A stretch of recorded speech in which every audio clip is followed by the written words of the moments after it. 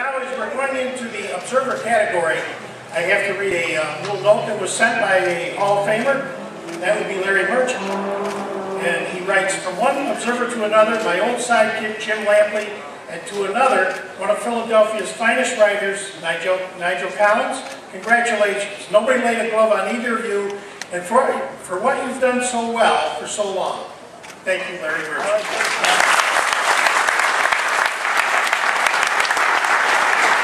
Born in England, his passion for the sport of boxing began at a young age when his father and grandfather regaled him with stories of Bob Fitzsimmons, Joe Louis, and Archie Moore. After immigrating to the United States, he boxed in the United States Army and eventually managed fighters before turning his attention to writing.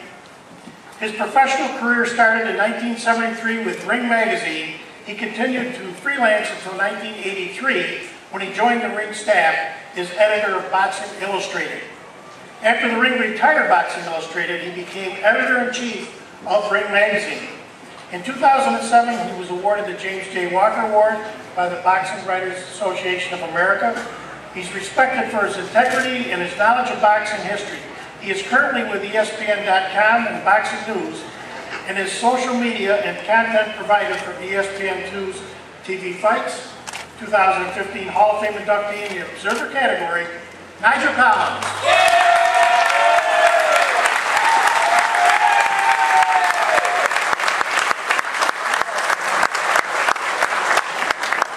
All right, here it is, folks.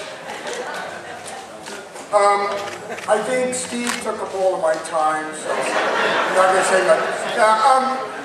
Obviously, I got to thank a lot of people. I have a short list here because a lot of them are actually here, and some of them are actually Hall of Famers.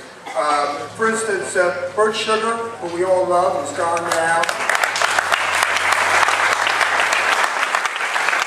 He gave me my first full-time job in boxing, so I'm never going to forget that. But I wouldn't have got that far if it wasn't for another Hall of Famer here, Russell Peltz. He talked Ring magazine into hiring me, but he hated to do it because he lost a paying customer. Another Hall of Famer that helped me, I believe he was inducted last year, was Graham Houston. He also helped my career early along, and you don't forget those people.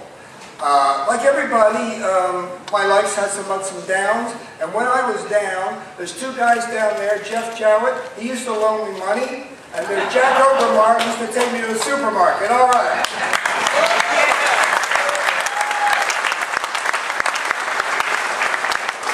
When I became editor of Ring magazine, it was bankrupt.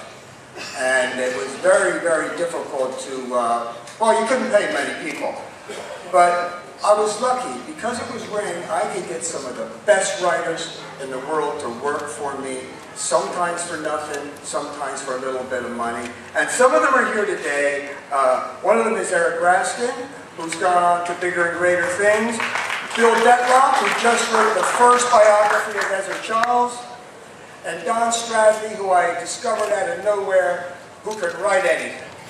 And, you know, there's a guy here, he's real tall, he's in the back. He was the best art director I ever worked with. Stand up there. You don't have to stand up, got it.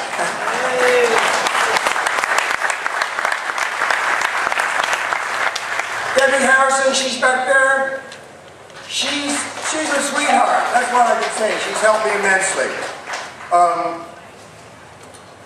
You know, none of this would be possible without the fighters. We'd all be unemployed. So, you know, those are the people that I owe the most to. They took the punches, they suffered the consequences. I just chronicled what they did. So I feel that I'm in a different league. I can't even compare to any of those. But I do want to say something about boxing itself, not about myself. As you know, it gets a lot of criticism. It has good times, it has bad times. But there's something maybe people don't think about. Every one of you out there is a predator. All life is either prey or predators. Human beings are predators. That's why we survived as long as we did when other species died out. Now, in order to survive, we had to be tough. We had to be mean, and we had to do a lot of nasty stuff. But we needed a way to express that in more civilized times. And I believe that boxing is the most noble and wonderful way to express that side of us.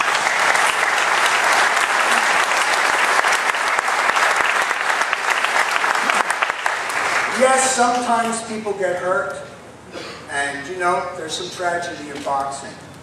But think of how boxing is compared to war, where thousands and millions of people die. Boxing is a wonderful thing, and it's never going to die until human nature changes, and I don't see any sign of that. Thank you, everybody, especially the whole thing.